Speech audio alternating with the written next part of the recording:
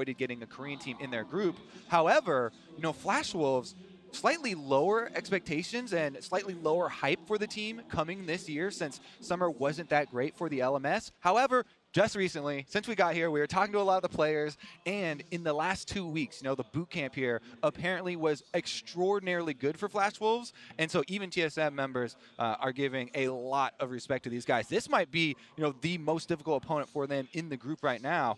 Flash Wolves definitely looking good at the moment. It definitely feels like, based on what we've heard from some of the teams and players, that it could be these two teams fighting for the top of Group B, and that just makes it all the more exciting, given that when you look at Flash Wolves and how they perform domestically, it was very easy to see the gap between them and AHQ, and everyone was like, how well will they really be able to perform on the international stage? But this is a team that has that tendency to always show up when they really need it. And let's go over the stars here for Flash Wolves that people will remember, because one of the things in their favor is definitely these legacy players. I mean, they have a lot of experience. Karsa and Maple were always the guys everyone pointed to. That mid lane and jungle synergy is something that could very well return for them. In addition, Sword Art, big shot caller, big playmaker from support. We'll see how he adapts to the Ardent Sensor meta. And the thing is, during the regular season, the Flash Wolves did struggle, especially around in that mid-jungle duo, and Sword Art, he was responsible for a lot of their success. He really had to step up. As you said, he became this big shot caller, this big playmaker,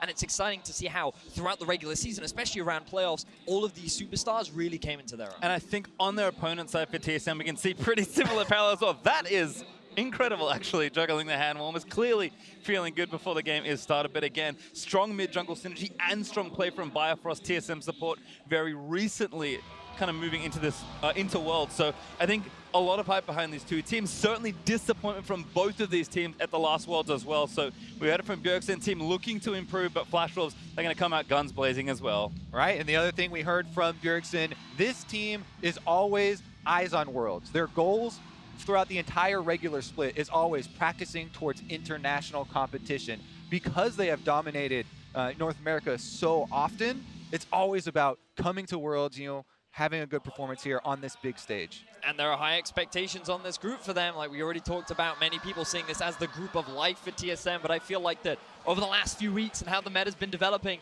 every team in this group sees this as the group of life, and there's the possibility for a lot of exciting upsets. And all of that could start today with this really exciting matchup. I think the most important thing to remember is this is the first time we will see these two teams for Worlds. Remember, two very strong teams, and I think if we are expecting them to be very competitive versus each other and vie for those top two spots, winning this first game not only sets your Worlds campaign in motion and starts off on a good foot, but beats an opponent you're probably expecting to struggle against as the tournament moves on. Yeah, these very well could be, as we talked about, the top two in the group. Team WE also in the group. They looked a little bit weaker in play-ins, but also have been improving into the boot camp. So you can't trust too much with all the boot camp talk and scrims and stuff. That's why we're so excited to finally get our actual test here on stage and see how they have adapted to this meta. Because as Bjergsen talked about, they practice a lot of things that could be very useful here, as we've seen so far at Worlds. Well, let's see what the preparation has brought these two teams. Flash Wolves on the blue side as we kick in a champion select. TSM over on the red. Cogmore and Jarvan, the first two bans for Flash Wolves, and two marksmen on the TSM side, Kalista and Ezreal. Kalista continuing her trend of being banned all the time. Now what we saw from some of the European teams yesterday was banning away these big Ardent Sensor supports. Those are going to be left available, along with the Sejuani, which is another big ban that right now is still available for both sides. Sejuani as well as the Galio. And Galio, even after some nerfs, has been very instrumental in a lot of teams' dynamic play here and a lot of the objective control. That is something as well that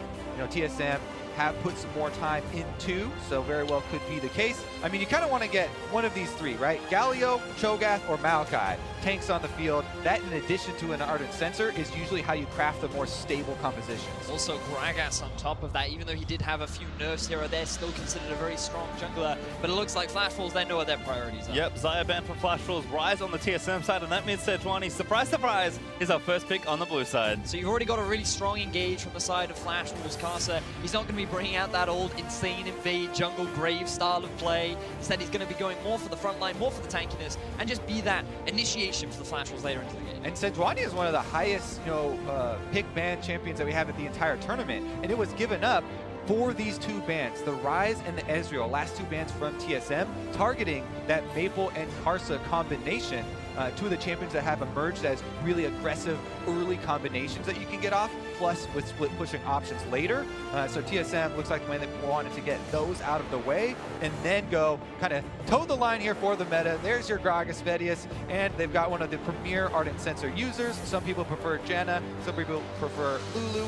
It looks like it will be the Lulu here for TSM. Now it's interesting here that Flash Wolves would choose to prioritize the Varus over the Tristana, because typically you'd expect something like a Tristana Janna lane to be picked up from the side of the Flash Wolves, but they were expecting TSM to then go for the Varus Lulu bot lane, which right now is considered very strong, especially when you go for things like the Thunderlords on the Lulu as well to give you a bit of extra laning power. It does look like Flash Wolves don't want to give up, too much early momentum here.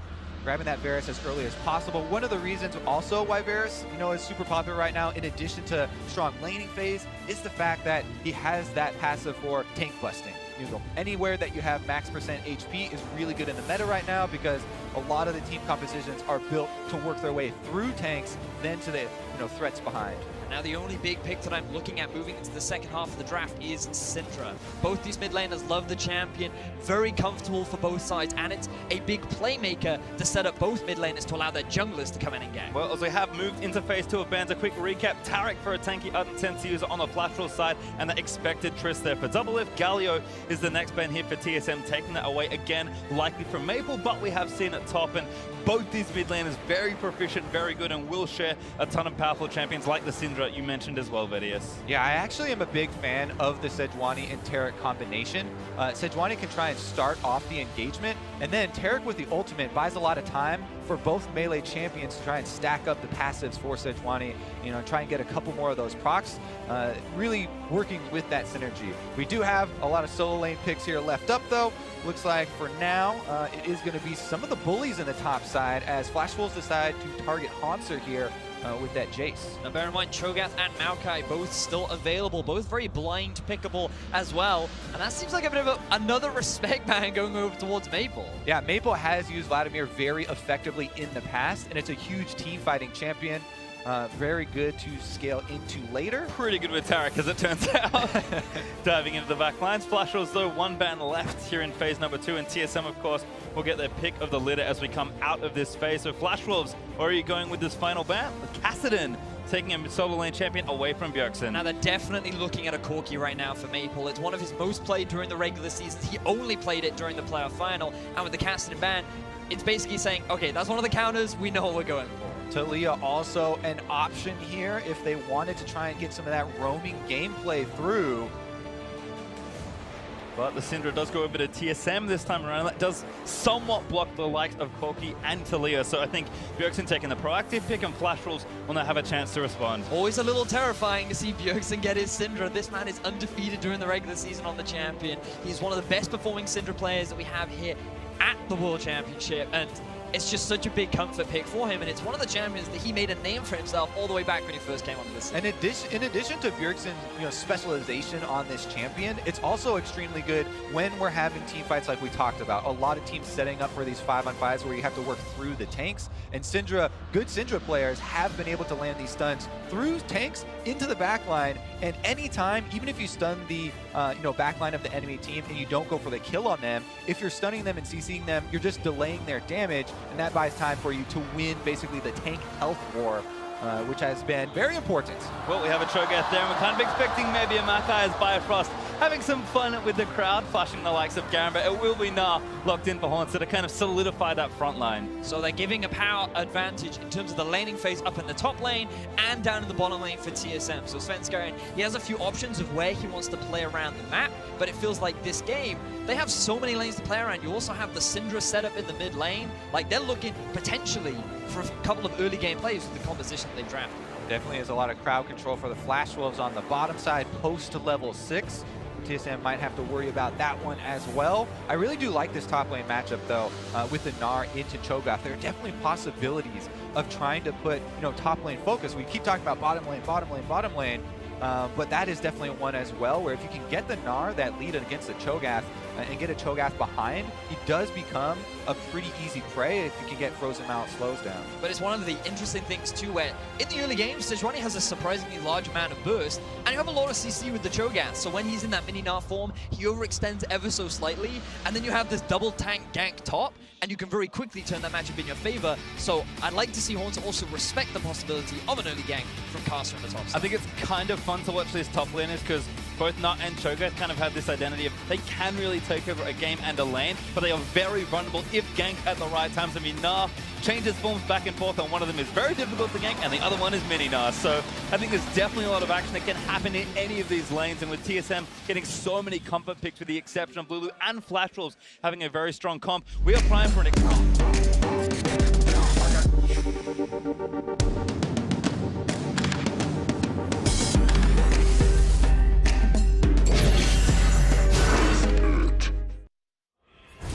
Well then, let's see what happens here. Flash Wolves and TSM are taking to the Rift for the first time here in Worlds 2017. Not the first time these two teams have played against each other, and not the first they've been to Worlds, but it will be their first encounter here for this tournament.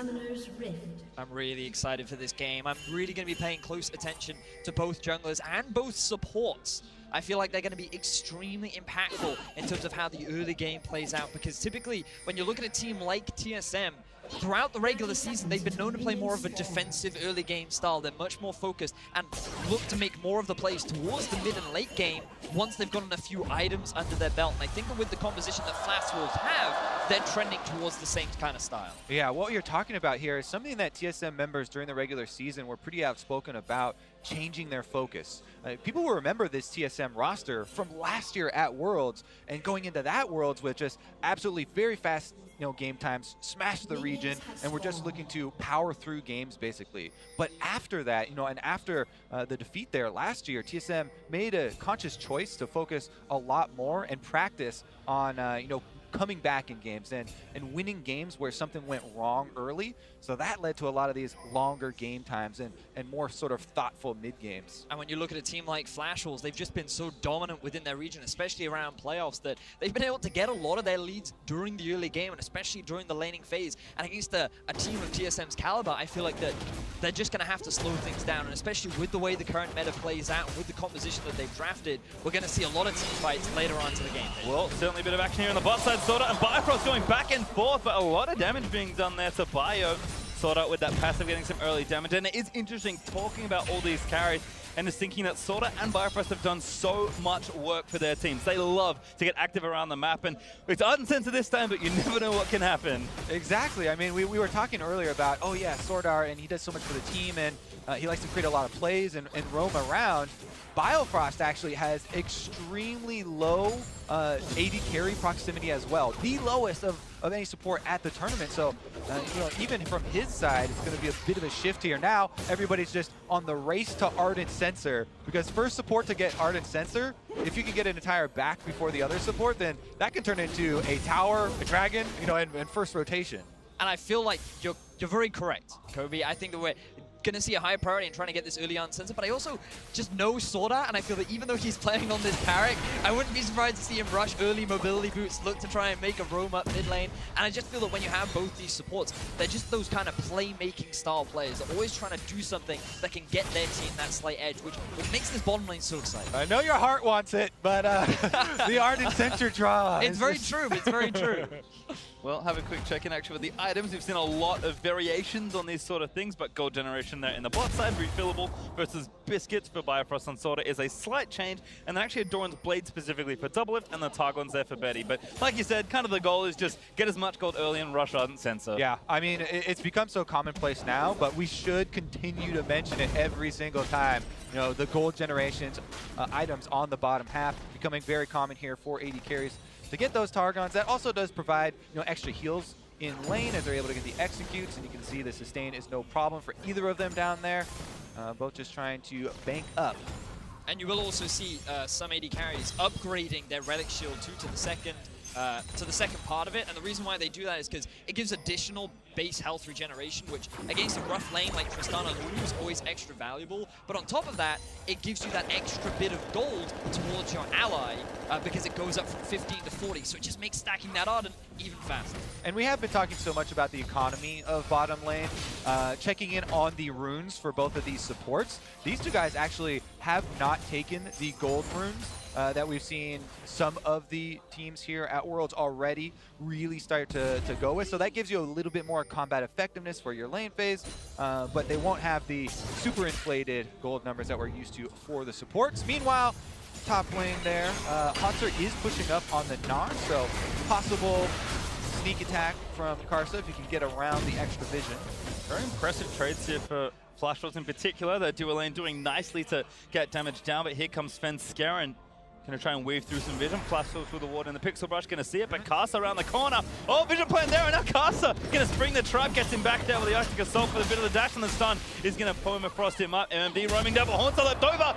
Hits the blast cone and goes back away. Sven could be safe here. Yep, Sven's going to continue the invade because they just forced Maple's recall here. You can see the Corki pushed in and wants to get his base off. That's why Sven Skaren can continue this invade. They have the extra information and the teleport now used. It's going to be time to exit. Wave right there, so Maple able to scoop up this CS despite having to take a recall. Bjergsen 10 ahead, although Maple will catch up.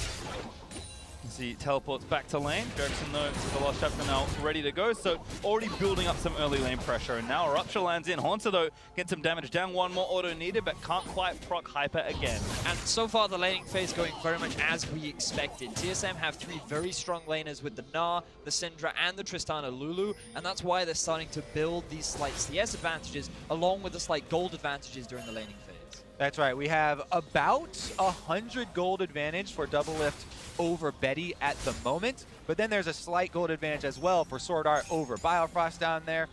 Do the extra gold given over from the Targons, and it's a little bit close, but TSM slightly favored as far as the bottom lane gold right now. And when you think about TSM, and again, going back to their regular season, they're not afraid to play when they have a minor deficit. Like, usually, in the majority of their games, they're either going even or slightly behind. They don't try and force a huge amount of plays in the early game because they do prefer that defensive style of play. And the fact that they have strong laners right now and they are keeping that neutral game the way it is, this is very much a game plan and a play style that TSM is very much used to. Yeah, this is what the game right now is what you get when both teams opt into the focus on trying to farm early for the less volatile early starts here. This is group stages, the first game for both of these teams, and we're approaching level 6 here for the junglers as well. That's where you get a bit more playmaking. Currently though, TSM should be able to take away this blue no problem since Karsa was in base on the Sejuani, and that will be one step towards getting Bjergsen a bit of an extra lead there in the mid lane. Yep, really nice team invade there. Bjergsen needs one more auto. Patience does grab it though. Patience doesn't quite run out. Yeah, that's what you have to watch for is the bar at the top, the patience bar. Yes, the blue buff will run very quickly, but it won't start regenerating the health until it loses complete patience. Now, we can also actually see 4 members move towards the bottom side of TSM's jungle. They have 0 vision right now, but it feels like Double Lift and Bio, they're respecting the possibility of this map moving. Given that Paintballs, he's already missing from the middle lane, and with the vision that they've set up in the top side, they don't know where Karsa is. So good respect from the bottom lane of TSM. Yeah, the communication is definitely there that it's a possible blue trade. Currently, though, Flash Wolves just move in for the vision, place the wards down, and Karsa has backed off probably to get the Scuttle Crab first so that you can have that extra speed to run away to, if things do go wrong. But having seen the extra recalls here and with all the vision, he starts it up. Collapse here onto the blue, though. Potentially, Sven is going to check this. This might not available for him, though, so maybe he can bluff it. Have to see. Karsa should be okay with this one. Bottom lanes are roaming up, but Sven might get stunned. TP in action from MMD. The stun is going to land smite onto the blue buff. Bjergsen also there. Sven forced to flash out of his own jungle. Blue buff goes to Karsa. I don't know about forced. He does flash at the end there, but a little bit jumpy. Yeah. The teleport was canceled for MMD, so it turned out there was going to be an exit path, but you can tell how first game of Worlds for these teams, they do not want to give up first blood. And Sven does have to blow his flash there, or does end up doing it regardless. I feel like he was just showing a lot of respect to his opposition. He realized that, oh, okay, bottom lane is also roaming up. You also have the top lane TP. You don't want to run into the risk. Yeah, but now he's going for a play after blowing his flash, so it is a bit risky on the bottom side. Going to have to give a lot of respect to Karsa once he shows. Karsa's still there as well. Sven snuck around the speed shrine vision, but hit a control ward trying to get out of the way. So Karsa's still holding court here on the bottom side of the map. Certainly has reign over this area. Again, solo laners for TSM still looking good, but the bot lane assault's kind of mounting here for Flash Wolves. And we should also, bring up the summoner spells for mid lane, as the teleport was on display for Maple earlier. Bjergsen has opted for the cleanse, a lot because of the Sejuani, but also, later stages, the Varus ultimate is going to be something in mind. Also keeping an eye on itemization, especially between the 280 carries. That's a Berserker screws Varus. But this is a BF sword Tristana. Probably likely that the Flash Wolves bottom lane not going to be looking to go for that many early aggressive trades, especially when you have such an AD advantage over on the other side. Right, what it can also do, with the extra move speed, there's a very big discrepancy between a Tristana who's trying to get the BF sword spike, so no boots at all. Even with a Lulu on your team trying to speed you up sometimes, this Varus is going to have extra movement speed to try and get into position to hit that ult. And we talked about the post-level 6 crowd control of the bottom lane here for Flash Wolves. That's a possibility to keep your eyes on if they wanted to try and create a play. And I love the early magic resistance coming out from Maple too. You can already see he has the components towards getting himself the Hex Drinker, still showing a lot of respect towards Bjergsen, doesn't want to run the risk of getting bursted out again because he is running that TP. He doesn't have that defensive summoner spell, and he's just saying, all right, I know how hard Syndra can hit, and I'm just not gonna, I'm gonna avoid it for as long as I can. Yeah, it's no Bramble Vest, but I like it much better. Certainly a necessary precaution as Maple kind of zips around some vision. Bjergsen looked bot, but was spotted by a nice controller just to right of mid. Bjergsen again still kind of getting a slight CS lead here, but now going to go back and probably finish his first major item. Morelli Nomasan has been the standard for a while, so should have enough money now, if not very soon. Double If still playing up. Betty going to back off the charge and against Sorta, healing him up, keeping him safe, and kind of this bot lane parity continues. Now the only other thing we need to keep our eyes on is the potential swap from bot up to top. And the main reason why we're likely to see that is because the early dragon on the map is the Cloud. And in terms of priority, teams are going to be looking at that Rift Herald to give them that early tower advantage. And when you have this pushing power of the Knot already in the top side, it means you can send the Tristana, who is great at sieging towers, along with the Lulu on a good push, and maybe take that first tower top and very quickly translate it into an early Rift Herald. And it would make sense from TSM. It's about whether or not Flash Wolves want to try and react to that play, or if they just want to try and trade it on the other side of the bottom. Pretty incredible amount of attention being paid to this bottom lane as well. Karsa and Svenskeren once again swept their way down there.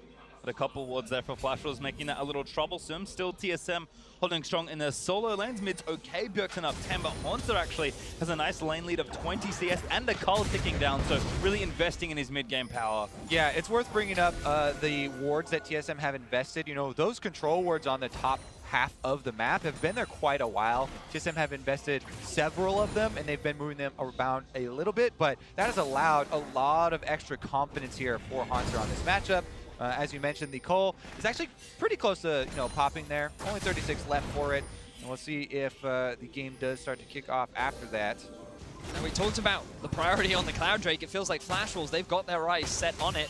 We were just talking about how TSM have all this vision invested top side. It means the bottom is completely dark. And Flash Wolves, they're taking advantage of this. They don't have much deep vision, but they do have full control around the river. And having this bit of early game mobility will be a nice advantage, but also opens up for the possibility of maybe another strong Drake afterwards. First Drake looking good there for Flash Wolves. They'll happily collect the Cloud, but that slight gold advantage in bot lane actually paid off because Swordart had the sensor for a potential fight, and Double If he's in trouble to get out of the stun after jumping up, and the chain of corruption is perfect. Lulu barely here in time as Double If's trying to flash out of the way. The Buster Shot already used, and Double If lives through it. Yeah, and on the top side, TSM had made a movement up there, but Betty and the Flash Wolves are sticking around on this bottom turret that are trying to get the bonus gold. They don't have the minion wave to continue the push though, and TSM, they're going to use this as an opportunity to take away some of the enemy jungle camps, but Flash Wolves, their eyes on getting that first tower. They went for the Drake. TSM should have been aware that Karsa was in the bottom side of the map because it was visible. Everyone knew that the Cloud Drake just died, and they were playing a little bit more reserved, but Flash Wolves, they make them play anyway, and they're going to get the very first tower of the game. Sorta empowering all his teammates, looking good as Haunter gonna get a TP out of Maple. Actually, he's got the package. Haunter about to transform, but he got the turret very low. This is an interesting call here because both teleports are topside now. TSM are bringing 3 people. They could try and force, Might go for a play here, but Maple quite strong with 2 items and a Hex Drinker. Trinity Force not done, but it might not be enough. Haunter, Mega now going to threaten them off the turret, and TSM will make an eventual trade. Bot outer for top outer. I like the TP up top from Maple because it avoids the risk of their top laner dying. They still have the ability to get the collapse or make the cross-map play rather with MMD's TP as well. And I think that the whole move was very defensive and good. But the teleport didn't get them anything. They could have equally saved the top laner by just having MMD back away from the turret and seating it. The tower did go down anyways. Regardless though, Maple is going for some damage on Bjergsen. Got the packet as well. Might be able to threaten something under the turret. Bjergsen going to have to play safe. Doesn't really have heal, just cleanses his other defensive summoner, so Maple going to burn the package in the way, but that's Bjergsen likely forced off this turret, or at least has to pop that potion. And again, the tempo continues for Flash Wolves. Now on the Rift Herald, playing very fast now that Sword Art upgraded to that first major item, but TSM looking to respond. Now bear in mind, both TPs are up, engage half. Another ulti there, Sven going to get caught for the wild growth, in into the Gragas, he flashed out of the way. Bjergsen looks for the stun, but doesn't quite get it. The ultimate from Tarek is going to complete the rest of it, but the nom down. First blood for MMD. Flash Wolves, they're the ones to start off the Rift Herald, they're the ones to start off the fight, and they're the ones to find first blood in this game. They're going to continue it as well. The heals come through for Tarek. Ardent Sensor healing everybody up. Maple does stick around in mid lane, and he could try and collapse on a TSM as well. Hanser was building up the Gnar rage, but it looks like TSM might abort. Loving the confidence from Flash Wolves. They know that TSM at this point in the game should be stronger with the Syndra, with the Gnar, but they are not afraid to force these plays. They move to the Rift Herald. They feel they're in the better position, and they're able to get a collapse, and now they're the ones that are in control of the game. Yeah, enough burst there. Witchco gets ultimate to grab first blood, but we'll watch this one again. Sven immediately gets CC'd. They have a good chain, and he drops off an ultimate on the way out. Teleport from MMD was in a great position, though, and that flank, easy feast for him, able to stack up. And I feel like TSM, they just they split off on what their decision-making was, because we saw Maple come in from the flank, and immediately Bjergsen, Double, and Bio all turned towards Maple, which just abandoned Svenskeren. Even though we saw a great ultimate onto Sword Art, straight into 3 of the carries, it was not utilized or taken advantage of, simply because their focus was elsewhere. And right now, the Varus with the Rage Blade completion on that single item does have a pretty decent spike, whereas Double Lift went for the Shiv first, for the bigger AoE, the bigger minion clear, and is working on the Infinity Edge next, but it's going to take a while for the extra multiplier to come through. So Flash Wolves are feeling pretty good about their position here. The lead for them isn't tremendous at the moment, but they do have a good amount of control. Still a very even game in Flash Wolves. They still have their eyes on this Rift Herald. The moment that Training Force is completed for Maple, I feel like they're going to feel even more confident, especially with the Righteous Glory already done and good to go for MMD as the Rift Herald starts off once more. Yep, Flash Wolves back on the objective. TSM are around to respond. Haunter and MMD cannot make it here though, so a 4v4 at best.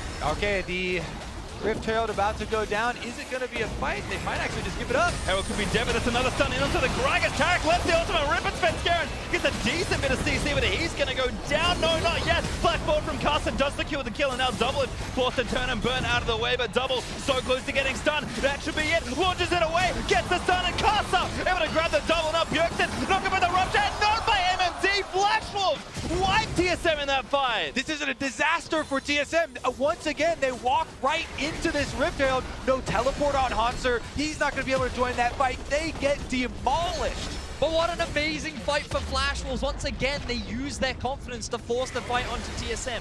They punish the overextended Sven, and they're going to translate this into 2 very swift mid lane towers and extend their gold lead to 4,000. We talked about how Flash Wolves, they were considered to be weak initially coming into Worlds, but after the last few weeks, confidence has been building. The other teams say you have to respect this team. And once again, at an international tournament, Flash Wolves, they're here to play. Can never count out a player like Castle. Once again, snipes Svenskeren. All right, so they're going to get the stuns here on the Sven, and he does get the ultimate from Bulu to delay this and give him some extra time, but they're still on the chase. Maple's dumping out the damage. Carson on the front line, able to get Double Lift cornered as well, and they clean up the AD carry afterwards. And you can see the 2 top laners, MMD, he gets to the fight so much sooner than Haunter is able to, but the damage has already been done. Really want to give a shout out to Sword Art, who at the beginning of every fight ultimates immediately. So even if TSM want to try and get a turnaround, they want to try and go for the fight, they can't do any damage, which means that Flash Wolves, they always have that confidence and they have the power to be able to come out ahead at the initial stages of the play. 2 times in a row. Karsa gets the initiation onto Sven Skaren. Straight jungler versus jungler there. Able to target him right in the middle of the river, right in the same spot. And we have a pause here. Fairly tense point in the game, 19 minutes or so through. Flash Rolls looking very good as we kind of build towards the 20-minute mark. Gold lead has grown to about 3,000 now for the team, and still fighting over that Rift Tower, which has less than a minute to live. We'll see if either team can grab it, but again, you have to credit the coordination for Flash Rolls totally as a team winning those fights, but of course, the man leading the charge is Karsa and his Sejuani, which maybe we're starting to see the reasons it's been almost 100% presence this tournament. I mean, people are well aware of the reasons for months now of Sejuani topping the charts, both in solo queue as well as competitive. And that combination with Taric is really on display as well, because immediately as the initiation from Karsa comes out, Sword Art is very quick to follow. Taric ultimate is down, so they have the full confidence to chase and try and get those passive procs. But I also love the fact that Flash Rolls, they're just utilizing the strength of their composition, because typically you'd expect, oh, okay, Syndra, Nah, Triss. These guys are all pretty strong in terms of the early game. If you want to try and fight this, it's going to be very difficult. But Corki, he only really needs the Sheen, and if you add a Phage in there too, he's going to hit a very valid power spike. The Rage Blade on the Varus as well. This is a strong AD or a strong point for the AD carry, especially when your opposition is working towards that 2-item spike. So Flash Rolls, they recognize they can force fights. They know that at this point in the game, they should be stronger. And TSM, rather than just concede objectives, are always trying to challenge them. And it's just Flash Rolls every single time getting the better of them. It does feel like at this point it is tough to win team fights given the front line that Flash Rolls are kind of built up early. Again, we do have that pause. Flash Rolls, I believe, have called for it, so we'll see if we can resolve the issue nice and quickly and pop ourselves back into the game. I think TSM may be struggling at 2 different points here. In the top lane, Nah, much more of a 1v1 focused side lane champion in the early game, and of course that Black Cleaver potentially moving into another item like the Frozen Mallet for Haunter. We'll have to see. On the other side for Doublelift and his Tristana, also kind of doing the same thing where he does need a bit of lead time to really build up towards 3-4 items and truly unlock as a late game carry. As we move on as well, the initiation from TSM is going to be a bit more unreliable and require some more coordination. Nara and Gragas both require some precise movements to try and pull off, so we'll see how this does develop. Flash Wolves with that healthy lead here in the mid game. Going to look to probably transition up to the top side, get that last turret that really opens up the map. Then they can start flooding through with the vision. And also just like going a little bit more big picture, while the game has been very Flash Wolves favored, we'll also get this opportunity to see more of the resurging picks. Number one, we're like, okay, we understand why Sejuani is picked or banned all the time, but also Taric. I know Dash on the desk is going to be super happy about this. He talks so much about how he thinks it's a very strong support and how when you think about the meta, everyone's like, okay, Lulu, Janna, those are the 2 Ardent Sensor supports that really come into top tier. Karma maybe is the next tier below, but Rakan also up there. Even better when you compare it up with the Xayah. But then like, oh, okay, what else can you put up there? And teams have been innovating with the Taric. We did see it come out yesterday and had a lot of decent success. And now we see the Flash Wolves experimenting with it. And it has a surprising amount of lane power. It has a huge amount of utility in team fights. And it just makes things so awkward for the enemy team to do. Because what do when you do no damage to your opposition for so much time? And I think one of the big things there is the things that they've paired with it as well. I think you can't just shove Taric into a team comp and hope it's going to work, but I think a lot of the comps that are being played currently in the meta do certainly suit this type of pick. And again, we know the known quantity in Sejuani. We may be discovering the new quantity here in Taric, and that pairing combined with another frontliner here for MMD, Flash Wolves can just start fights without having any fear. You said it already, Vedius. The most important thing is that Sword Art is pulling the trigger instantly when the fight starts. Because if that ultimate's late, it's awful. But as soon as it happens, you saw what Sven did. He just threw out his ultimate and ran away. Because what can you do when the entire team is invulnerable? The answer is nothing, depending on everyone playing at home, which is why it's so good. It does feel like TSM, they're struggling to find that right fight for the time being. And bear in mind, they can still scale very nicely as the game progresses. I am looking at this Tristana, and let's just have a look back at how this fight all played out. All right, so right in the same spot here, they get the double stuns onto Sven Skaren to start it off. He's able to get his Curse of the Colossus shield as well as Biofrost getting the shields on him, but as you see, the flash forwards, immediate chase there from the Flash Wolves, cornering Doublelift as well. Yeah, but you really need to keep your eyes on Bjergsen in that fight as well, because he only landed his stun onto Taric. He was not able to get any real damage onto the back lane again because of the Taric ultimate, and it felt like that he came into this fight and he's like, I can't do anything, and I'm just, it must be so frustrating to be in that situation when you're prepared and ready to fight, but then a single ability just dissuades your whole engage.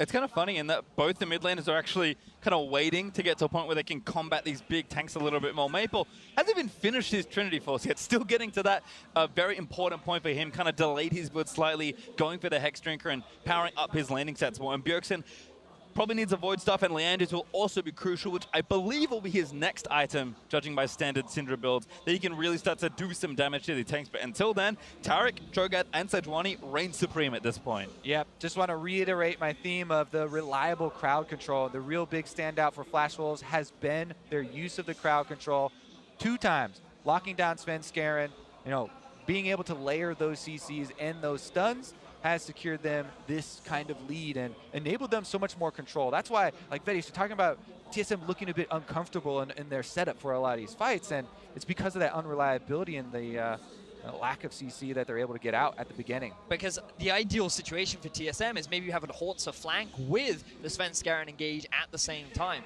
In that setup, unfortunately, neither top laner had the TP to join the fray, but also we're yet to see Hauntzer really be one of those initiators for the team. All of the reliance has been on Svenskeren, and Flash Wolves have said, we'll engage on you before you can engage on us. This being said, TSM do have the Tristana, which is going to gain more range and trying to get to that Infinity Edge for the real damage to start to come through. So they still have that to try and bank on, and they can try and play defensively and farm up until that point.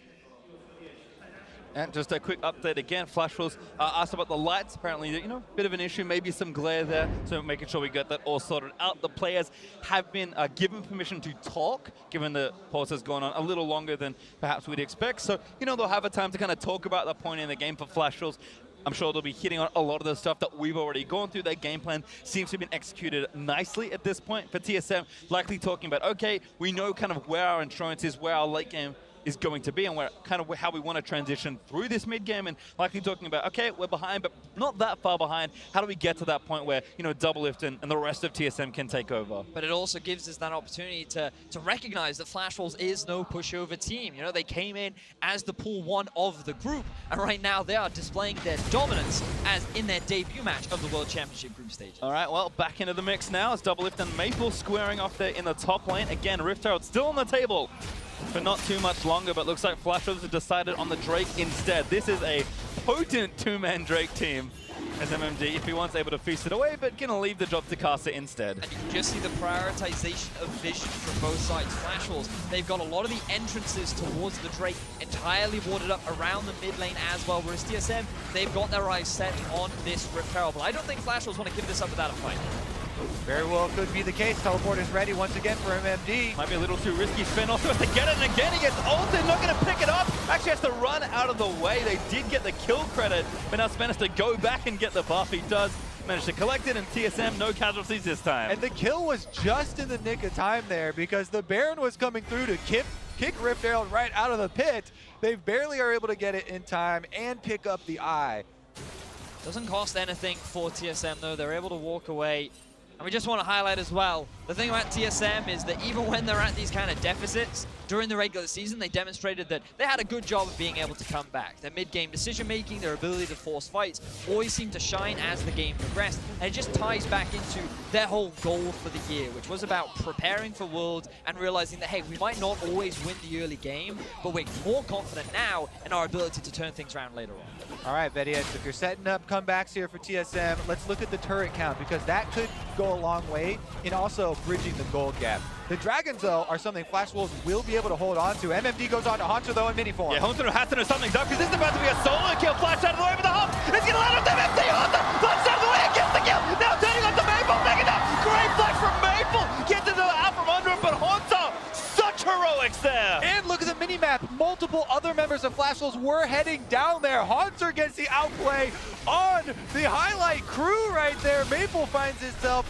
hands empty and almost gets chased off. Massive outplay coming in from Haunter, really punishing MMD for going in way too hard when he did not have the support of Maple. And now TSM, they're pushing down mid. This opens up the opportunity for that Rift Herald to get some of that standing gold back that we've talked about in the turret.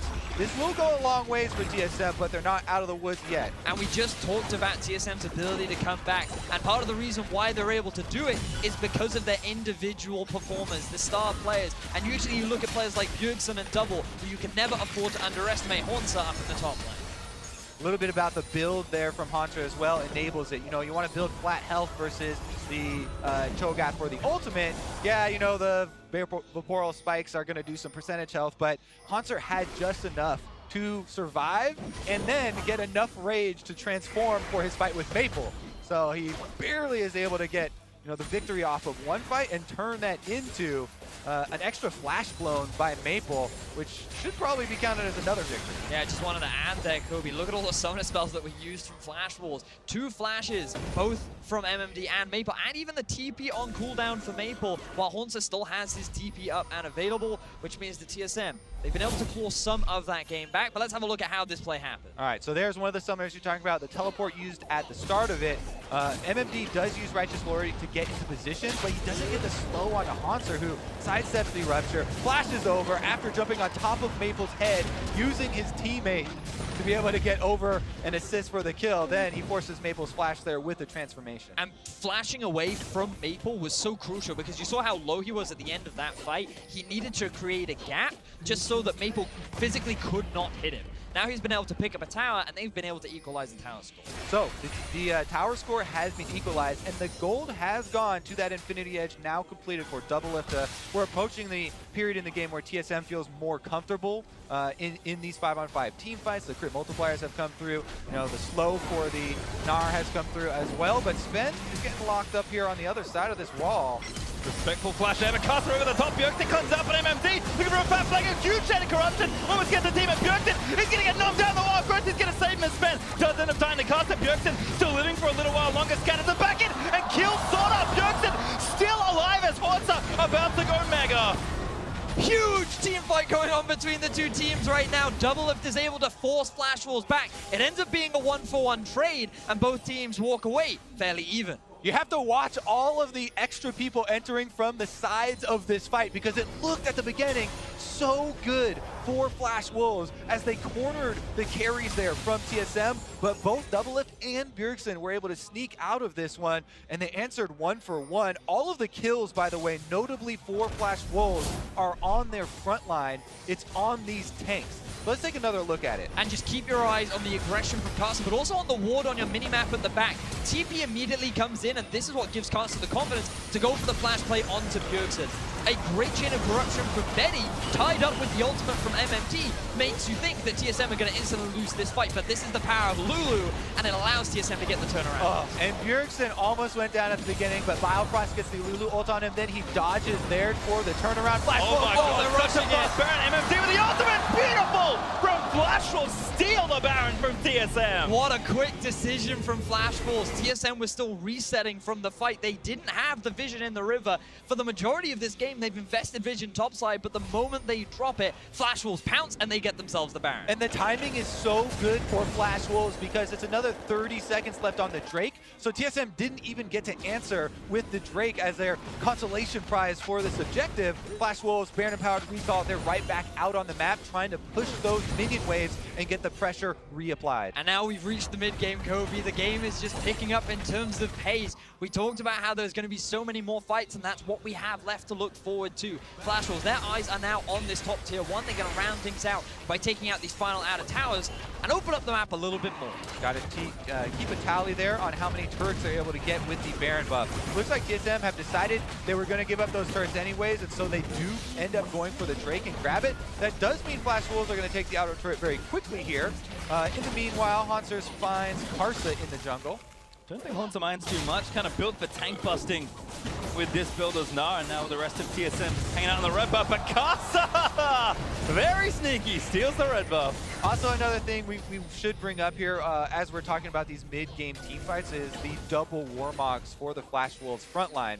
you know, they can afford to go in for little skirmishes like that, take a little bit of damage, and then just get out of combat, fully regenerate, and keep up these sieges. We may see Flash Wolves with this more healthy front line be able to apply multiple times. Power doublist reflexes. Oh, the ultimate does get him, but he rocket jumps out of the way. Caster in a great position to try and snipe the bot laner of TSM, but doublist stays alive. Keep your eyes on Maple, though. Remember, he has the TP, and he's the one that's been sent to the bottom lane. They do not trust that the Cho'Gath can hold his own against the Gnar anymore, especially with both the Frozen Mallet and the Black Cleaver completed. So, having the Corki, level 16 Trinity Force, and Rapid Fire Cannon done, he's going to have a much easier time not losing his life to Monster in the side lane. Monster's still well equipped, though. Has a Bramble Vest and a Spectre's Cowl for some early resistances. Is starting to build into that tank side. And again, as this game ramps up, like you mentioned, VDS, keep an eye on the carries and their builds. But for now, Flash Wolves still assaulting with a minute left on this Baron. Haunter has transitioned over to the mid lane as well, holding those minions, and Flash Wolves trying to control this red quadrant that's got a couple pesky wards. Monster ready with the flash, but doesn't need to use it. Caster actually doesn't have his ultimate right now, still waiting for the cooldown to come back up, and Flash Wolves just running TSM across the map, trying to poke holes until one of the turrets falls down, because for now, they've only gotten one outer turret, but looks like this siege could be good. And just note how Flash Wolves are manipulating all three waves, constantly rotating and spending game. Gets one, but it's only Caster into the back of the team. The Wildfire burn for an extra knockoff as Haunter did transform, but he can't make it into the back of the team. Yeah, Ben was looking for Betty there, almost got the angle, doesn't quite do it, so Betty still has both summoners available after the engagement. Very quick heal from Sword Art as well to keep Caster alive, but now their eyes are on the mid tier 2. The engage from TSM is unavailable. Haunter is in mini form. Flash Wolves, they feel very confident. Haunter jumps over the wall. Maybe too much, but could be okay. Caster actually getting a little low as Maple will finish off the outer turret. Baron Buff just about to wear off, so Flash Wolves managed to find two structures and do a lot of damage to some others. Yep, able to use this Baron buff to wear down a lot of the defenses of TSM.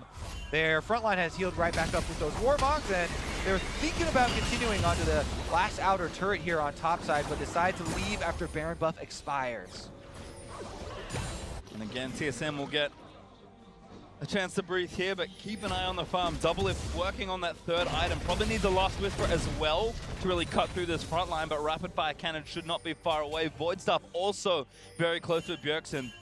So as TSM kind of hit those item breakpoints, I think then they can feel more comfortable picking straight up fights. And it's not that Flash Wolves can't team fight themselves, but for a lot of this mid-game, these fights have been very unfair given how fed Flash Wolves' front line has been. I just love the engages that Flash Wolves have been setting up. It feels like it's always been on their terms, and we yet to see TSM really get themselves a successful fight. We saw one go even earlier on, and that was very well played from some of the individuals on TSM's side, but they need to be the ones trying to find these fights now. We want to be seeing these flanks from Haunter. We want to be seeing Sven land onto those carries rather than knocking the tank into the enemy team. But you can just see these level disparities starting to build. Level 14 Caster to 12 of Sven, 17 Maple to 15 Bjergsen. And it's just because of the early lead from Caster and because Maple can sit on a side lane that Flash Wolves are utilizing these level advantages, make it even harder for TSM to really find or even win these later fights. Something else to keep track of here, it's interesting to monitor the support choices with their itemization, because there is this breakpoint after Ardent Sensor. Yes, everybody agrees. Yeah, that's super boring, and that's what you're gonna rush. Then we get into the interesting stuff, right? We have a Mikhail's now for Biofrost, which we've seen already in this tournament a couple times. Instead of the AoE heal here for the Redemption, which kind of applies more Ardent Sensor buffs and gets you this reset, and that is good for Flash Wolves for Sword Out because they have multiple 80 carries with the attack speed, even benefiting Sejuani and the like. But the Mikhail's now is going to keep Doublelift even safer, and there is the extra gold that Doublelift gets to put into offensive items on the Tristana rather than having to buy a QSS for himself like Betty did. Exactly that, and also Flash Wolves, they need to think about getting themselves a locket too, because it's really effective at mitigating some of the burst that Syndra's going to be looking to throw out. And while the damage from Bjergsen is going to keep ramping up, Maple, he's no slouch either, already level 18, and he is looking scary with the Infinity Edge now done on Flash Wolves. Good look at the gold graph there and how much damage the Baron buff was able to do. Flash Wolves, really nice pickup, sneaking that one and being able to take down a bunch of turrets afterwards. Now we are 40 seconds away from Baron number 2 though, and we'll see if that money is enough for Flash Wolves to get the second. Last strike before Elder as well, as Haunter and Maple actually having a bit of a scuffle. Maple pretty strong here, but Haunter standing his ground. That froze him out is such a nuisance as MMD roams up to help his mid laner. TSM looking to get a lot of vision choked around this left side to try and force Flash Rolls off this Baron. Yeah, TSM, they have so much pressure around the Baron area now. A limited amount of control wards in their inventory, which means that it might be a little bit harder to hold control. As you can see, Flash Rolls, they just walk in. And Doublelift, he's on his way back on a ward 2. I feel like we're setting up for a very close fight right now. He has almost enough gold for just Last Whisper, and Bjergsen has 3 items, so I think Doublelift really wants to go back before this team fight starts. Unfortunately for him, I don't think he has He's gonna lose the Baron if he does. There's a Jogath, man. Also watch out, there Maple does have the package, and Flash Wolves have the inside track on mid lane. They can try and pressure these minions and force TSM to come at them. Monsters now building up as well. A fight is primed here as a huge stack in the bot side has also been prepared by Flash Rolls. TSM need to make a decision quickly. Well, you can see what they're doing. Bjergsen and Doublelift went for the minions, and they kind of cut off the reinforcements, the supply line for Flash Wolves. So now we're just left with a bunch of champions here middling around this brush as we see them both drop control wards into it to try and take it. Package is worn off as well, and Haunter needs to rebuild his rage as he dips below 50%. A very tense back and forth, but again, the side lane still winning in the bot lane for Flash Wolves. One of the big differences too is that the stun does land. One of the big differences is that rapid fire cannon built for Doublelift. Every time he's able to walk around and charge that one up, then he gets this extra long range shot to go for some harassment on Flash Wolves. Problem again though, those Warmogs heal the front line right back up. Ardent Sensor now on the Baron. Yep, Haunter forced the TP. He went to answer that side lane, but Flash will start the Baron up again. They're going to stay in the pit, maybe a little too long, but now pulling away after burning Haunter's teleport. Exactly that, Pastry. Flash Wolves, all they wanted was the side lane TP from Haunter. Flash Wolves now have 2 teleports themselves. They can maybe send someone off onto the side and start applying, or they can just continue to hang around the Baron as they started off once more. Might as well go for it here. Vision in the pit there, but this Baron dies so quickly for the Flash Wolves. TSM looking for its fence. Gets stunned up into Mikhail's on By Brothers. Beautiful. Big stuns in the backside there. For the ult from Tarek Burton, the fight resets. Sword Art uses the redemption, and Flash Wolves back off the Baron. Fantastic stun from Bjergsen, the man in the mid lane coming up clutch as Flash Wolves are the ones in control. Oh, Maple! Now TP on the bottom lane. They're going to race though. Doublelift is going to push down this turret while Maple is going for the inhibitor turret. Maple should be able to get this. The wave is there, but TSM needs to get back 3. Caught in the mid lane as MMD pops the Righteous Glory. He's got the stone plate. Maple gets the bot side turret. TSM scattered here. Flash Wolves want to stop these back so that Maple can actually get the inhibitor turret, but Haunter got his off. But the moment Haunter goes back, that's when Flash Wolves now go, we want to now start off the Baron. You've only got 3 members. Doublelift desperately wants to back to buy, and Flash Wolves are back on the Baron. Double has 2,000 gold sitting in his inventory. TSM just cannot make Flash Wolves take their foot off the pedal. Again, they back off the Baron after a feint. Haunter forced to walk from bot lane to mid lane just to make sure nothing goes wrong. And finally, it feels like Flash Wolves will give it up for now. There's still a giant minion wave in the bottom lane for Flash Wolves. Doublelift purchases and is able to go clean it up now and finally got his last Whisper. Meanwhile, Haunter on that Mountain Drake to even them up. 1 cloud, 1 mountain apiece.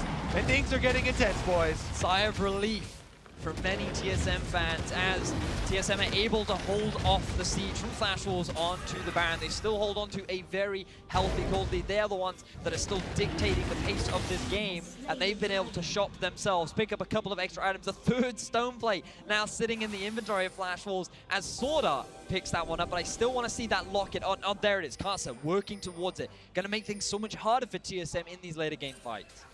The stone plates here all built up for Flash Wolves. You have to watch out for those activations. It's huge, which they can turn the team fights. Now you have to also worry though, don't stack those up with your Tarek ultimate, because TSM, they're able to kite out those cooldowns. Then they would have a pretty big advantage with the re-engage. Another fight, Tentacrush, it's massive Spence Garrett gets nailed by the ult because Maple looks for the flank. Doublelift gonna force him away, but Haunter looking to go mega. Well, Haunter has a lot of control here, gets the slows onto MMD. Stun hits 1, that's MMD, could be going down the stone plate. It's getting a pop, Tarek ultimate, it's gonna try and save the fight finally. Drops down and Haunter, he's just run out of health, gets away with the wild grove, but Carter flashes forward as they're trying to take down the front line. TSM just maybe have enough. Carter goes down the double lift. A little bit too deep there for the front line. Both the stone plates run out for Flash Wolves, and Doublelift is able to find the crits. What an insane fight, though. Only one member goes down, and it is TSM that finally find the kill. Doublelift is hitting this late game point. TSM know they can rely on this man to carry, and the pressure is mounting as he is doing so much work to help TSM in these later stages. A lot of credit to Haunter, too, in this game. Being able to use the speed differential here on this champion is huge, and he's able to balance that Gnar Rage. But Flash Wolves are still in the lead. They have the extra gold. See if they can actually bring that to brunt around this Baron. TSM are starting it off. Here come the Wolves. Doublelift again, so much unspent gold, but TSM are forcing onto this Baron. They're burning it down, but MMD, no flash, can't get in the pit. Maple maybe can move in to look for a steal, but Bjergsen does take down the Baron. TSM get the objective. Great decision making from TSM, knowing that the jungler was down, there was no smite available for the Flash Wolves. They only had 4 members and were not confident to go for the fight, and now the momentum is swinging back in the favor of TSM, and it all starts here. Yeah, look at this big rupture. He sees it and he goes straight for Bjergsen. The cleanse gets them out in time though, and they're able to reset basically. Sven used his ultimate to delay, and then this is the highlight we're talking about, where constantly Haunter is able to use the speed differential there on Gnar. He goes for the re-engagement. Stoneplate buys him enough time for MMD to survive for the Taric ultimate to come down, but he still can't re-enter the fight. And there's the big mistake from Karsa, flashing into multiple members, thinking that the team was there to support him, but they couldn't get into position to properly help because of the narrow choke point. Yeah, he wanted to get that execute, right? There were multiple low health members, but he's on the Sejuani. All he can do is apply stuns and slows. He doesn't have the damage in his kit, has to have the backup right behind him. Meanwhile, he's flashing into the DPS members of TSM. Doublelift gets to unload, Bjergsen gets to unload, and they were able to come out with that kill. Now, Baron buff in their hands. Looking to try and siege up here in the mid lane. Turret is going to fall down. TSM could grab the first inhib of this game. Doublelift is so strong. Having spent all that gold, Mortal Reminder done. QSS for himself also there, and TSM cracked the mid lane. TSM feeling very confident right now. This was the comeback potential. We talked about the late game strength that their composition does have. All they needed to do was find that good fight, and they were successfully able to find it against the Flash Wolves, and now the pressure is on the LMS representatives. Gold lead starting to shrink and become pretty irrelevant as we push late into the game. Haunter again looking for the flank as TSM take turret number 6 to even up the score. Soon Super Minions will be streaming down the mid lane as well, but TSM have got a minute 30 left with Baron, and they're going to try and do as much damage as possible. Doublelift again, Karsa get himself stunned. Doublelift gets himself out of the way as Karsa lets the ulti rip. MMD there is a redemption. He's going to try and reset it off Sven low, but not dead to the Taric ultimate. But defensively, my God, a 5-man Gnar ultimate is going to secure the team by win. MMD down as TSM move forward. Sorta getting taken down by Doublelift. He barely lives, but Haunter, what a massive play! What a machine Haunter is! He comes to the World Championship, he has an amazing performance. A 5-man Gnar ultimate could lead TSM to their first victory at Worlds. TP's back in. TSM are going to go for it now. Flash Wolves, they fought so well to try and keep this game up, and Karsa is going to try and keep the boat afloat. Sword Art low. Doublelift just does too much. Polymorph there. Beautiful by Biofrost as Karsa leaps in, but TSM, they cannot finish yet. They wanted to end it, but the health bar is getting too low, and TSM will have to recall to refill those bars. That will give Flash Wolves another chance. MMD gets back up, but man, this momentum is completely in TSM's favor. Oh my word, that Haunter ultimate was insane. We talked so much about how Taric's ultimate mitigates the pressure, the ability to force an engage, but not to Haunter. So kiteable. TSM back off during the duration and get the perfect re-engage there. Not only was he great in those team fights, remember the 1v1, 1v2 outplays that he was able to pull off in this game. We'll see if it's enough though. TSM have the Flash Wolves on the rope. Not done yet. Elder Dragon up in 30 seconds. Baron buff has worn off all 5 members of TSM. Doublelift has finished his final build. Bjergsen has a death cap now completed with an extra needlessly large rod, and this is likely going to be our final team fight of the game. Got to put yourselves in Flash Wolves' shoes. Their backs are against the walls, but they do have some control wards around the river here for this dragon. They want to find an unsuspecting member of TSM walking through Fog of War. They try Sven Skaren, but he's a bit tankier now than he used to be. And they go all in. They know they have to try and do something on the Elder Dragon, but Haunter positioned for a massive flank once more. Needs some rage, hopped into the pit.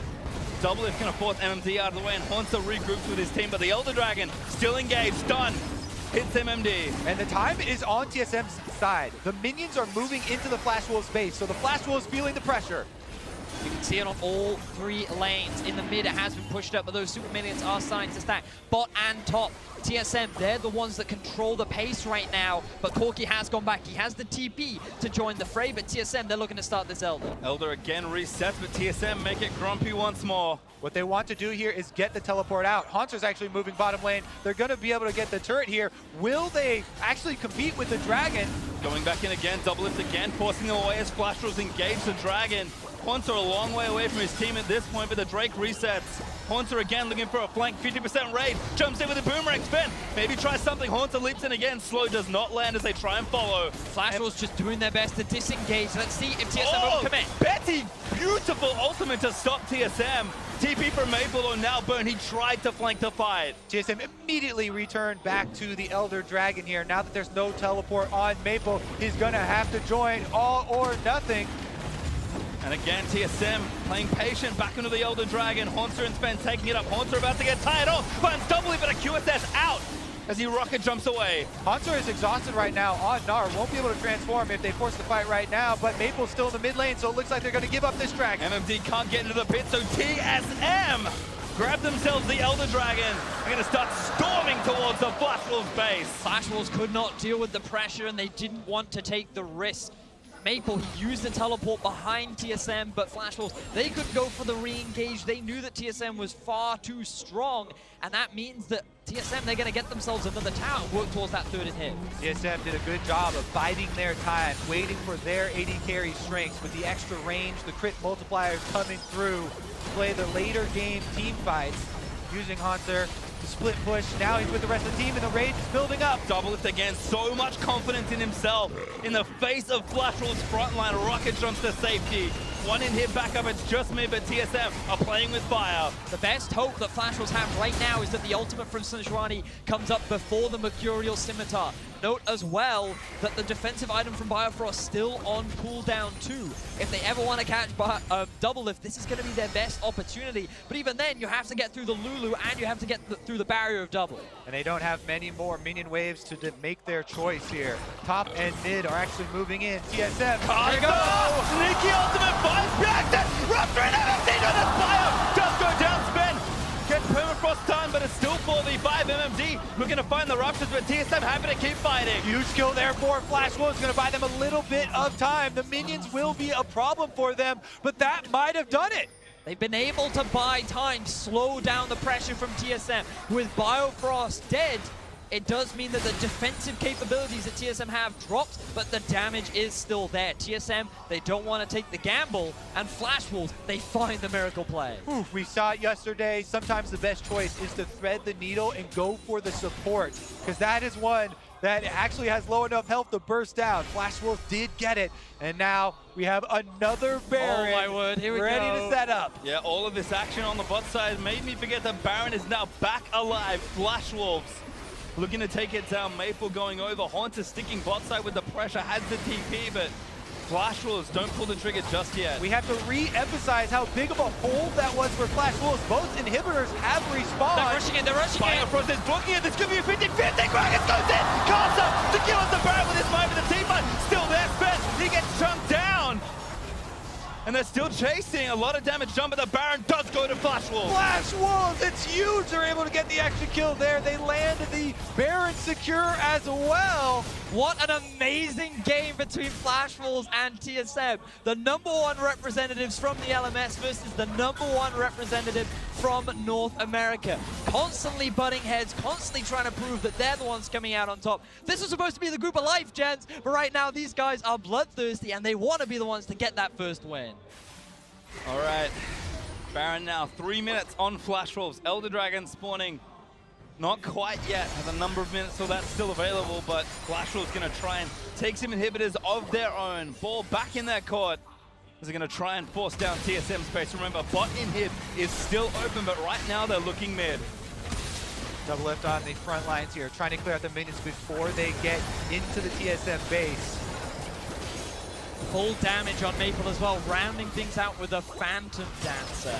His eyes are just dealing as much damage to the front line as possible because that's all this is. Whoever kills the tank first wins. And so far, Doublelift has been one of the big damage dealers, just shredding through MMD and Casa. But Betty and Maple are no slouches either. They're looking to do the same as Flash Wolves got their eyes on this inhibitor. Keep your eyes on these big ultimates. The disengage from Sven could negate a lot of the time from the Taric ultimate. Here it comes! Taric ultimate in, but Betty actually knocked up just enough, but the ultimate was good from Gragas. Doublelift trying to cut it out of the way, but Haunter with the blade of the Ruin King that he just got. He's trying to fight it out. Sven though dies again to Maple, and TSM forced to play 4v5. That's one of the big tanks gone now for TSM. Flash Wolves are feeling confident.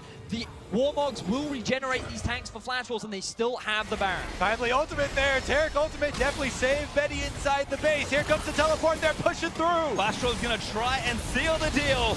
As Carson taking some heat, but again, Tanky moves back in. Haunter forced to watch out. The permafrost does land, but he gets out safely. Turret down though. Remember, the bot lane inhibit is still exposed. Flash Wolves, they could just very quickly rotate down, but their eyes are on the top. There's 28 seconds left on Sven Scarron for the Gragas to get back up. Flash Wolves can take the outer turret, but the inhibitors will be difficult. Haunter dip bot, but he immediately reroutes top when he sees where the Flash Wolves are going. Caster again looking for Bjergsen, does find him, but the cleanse is off. Oh, Maplin! Invulnerable! Goes in for Bjergsen, but he actually forced out of the way. Not sure what's getting him back, but the turret does go down. Still Haunter chasing onto MMD, gets knocked up by the Rupture. Sven Scarron's back on his feet, so Flash Wolves barely do not get the inhibitor. There's 2 left. They're going to use the Baron Empowered Recalls to reset this one. Cannot believe that Bjergsen was able to survive that engagement. What a play from Maple. This guy, right at the end, he's like, I have to make this. I just have to go into the backline. He has the ultimate from Sword Art. But Flash Wolves, they're not done yet. They've got their eyes on this inhib. Sneak attack, they return to it! Yeah, nice fake there from Flash Wolves. They will get the inhib. They gotta run, they gotta run! TSM are forcing the fight. They know they have to go. MMD forced the flash out of the way. Haunter can't slow anybody else down. Sven ready with the flash, but the carries still feeling safe, and Flash Wolves successfully steal the inhib and get away. MMD though, maybe not so lucky. Haunter in the promo still going. Chain of Corruption gonna turn it back around. Taric ultimate still there as Haunter gets himself out of the way. Redemption misses everyone. Flash Wolves get out. Oh my goodness, this Taric ultimate is always off cooldown. Late game here, level 16 with max cooldown reduction and an own record to boot. He's saving people left and right. Less than a minute, 55 seconds. Okay, so let's see. This is one of the fights from about 5 minutes ago now. Ulti onto Bjergsen, immediate cleanse. But that ultimate here from Sword Art, magnificent. Yep, Taric ultimate comes down. It buys a lot of time for the front line, as well as Betty, who was knocked in. They turn it around to get the kill onto Sven Scarron. That was a long time ago, though, when the extra inhibitors were standing. Now, Flash Wolves have a 2 inhibitor lead on TSM. Almost 50 minutes into the game, though. It's all about the setup for these fights. They literally flipped it onto TSM. TSM were the ones that had 2 inhibitors down. They had their eyes on the Nexus, and then Flash Wolves were able to just barely get that base defense. They then found that pick onto Biofrost, which allowed to give them the Baron, and now they're the ones with their eyes on that 3rd and final inhibitor. But remember that one big fight will give the game win to TSM. There is very little left of the base of Flash. Or the game to Flash Wolves. One fight is all it needs. That's all it needs. It's literally on a knife's edge right now as to who will take this game. It was even the same inhibitors. Video says, look at the roller coaster we have been on for the first game of day 2. Teleport is ready for Hunter, who just transformed in the top side. Flash Wolves could wait out this transformation from Gnar, wait till he returns to Mini and goes exhausted, but they're actually starting it out on Sven right now. Casa back into the front line. MMD taking a lot of heat. As Haunter tired, moves back in. He's going to try and force them out and just tag people with slows, but Flash Wolf still not done. Now it's TSM that have to worry about timings and have to worry about the extra minions flooding into their base while they try and defend this 5-man squad. But now gold means very little. Pretty much everyone is at full build. Even the supports have completed all of their itemizations. Full-on utility from another tank on the side of Flash Wolves. Flash Wolves, they have their eyes on this inhibitor, and TSM, they're doing a pretty good job of defending. The Haunter's pressure is being split all across the base. There's 2 groups of super minions now inside the TSM base. Look, they're hitting on them. Going in for it now, the Redemption going to reset it all. Haunter now, Mega Casa leaps in, but Haunter needs to find the angle. TSM trying to defend their base. Whoa! It's Casa! He's going to go down! Stunned by Björk to double it! Finds the kill, 5v4 now for TSM. They're able to get the kill, and now they bought themselves time to clear out minion waves. Similar story here. But remember, that's a 60-second death timer on top of Casa right now. TSM, there is very little standing in their way. All they need is Wansa to defend, and they can just look to end the game. In addition, Baron comes up in 35 seconds. That is longer than the Karsa death timer here. There will be no jungle for Flash Wolves, but TSM are already at Flash Wolves' base. They're going to run towards the inhib.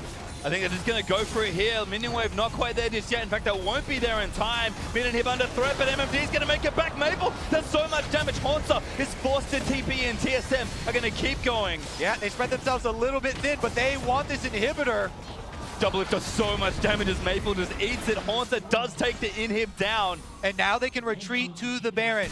18 seconds left on Karsa. This is going to be so big. It's hard for Flash Wolves to run through this fog of war. If you close the map off, they're teleporting into the base. They have 2 TPs. They might just grab a TSM. Gonna try and take the Baron. Maple, he's the one down the bottom side of Bjergsen. Instantly goes back to Baron. He's gonna get burnt out. TSM do get it. Now needs a Baron recall back. Maple is trying to go for the game. That's going to be 3 inhibitors here. Flash Wolves are going to get double super minions in every single line. Amazing decision making from the Flash Wolves. TSM, they had control of the Baron. They were guaranteed to get it, and Flash Wolves had to make the split-second decision. But now, TSM will defend with Baron buff. 6 super minions trying to make their way towards the base. Elder Dragon on the table. They get the knockout. They caught maybe Sven. Double is still going in. The ultimate there as he body slams out of the way. Open from Tarek. Flash was not going to have the cooldown of TSM. Look to re-engage. They're trying to make use of this 30 seconds. The Elder Dragon is up and available to force. No team has long. MMD still with his own TP as well. Watch the super minions as they move towards Maple. He's actually just cutting mid lane. TSM, you can have the Elder Dragon. Maple wants the game. No, he does feint back towards the team. There is no ultimate from Cho'Gath available. He can't steal it, but Karsa could try and go for a smite. Karsa, can he get in range? He's got the flash, not going to get it. Sven able to secure it. Redemption was looking for it. As Maple forced to burn the package. Honda looks for the solid flashes in. Benny, and then found by double it. That's the kill. TSM find one. That's a carry dead as now Flash was grouped up. Get knocked back in. MMD moves back into the team. He's dead as well. That's going to be TSM with the Elder Dragon pushing into the base. But look at Maple once again. He's trying to get the backline, but I don't think it matters. TSM, they've got their eyes on the game. Race is on. One knocks his turret up for Flash Rules. Maple, he's going to try it here as Sorta. Looks to delay. 2-man stun. Redemption down for TSM as Castle. Also in the mix for the turret. Is down. The Nexus exposed. And TSM win the thrilling game here at Worlds. The size of relief on TSM. What a hard-fought 54-minute game. It could have gone either way. But North America, they get the win. Look at that celebration from TSM and Double Lift specifically finding the AD carry at the end.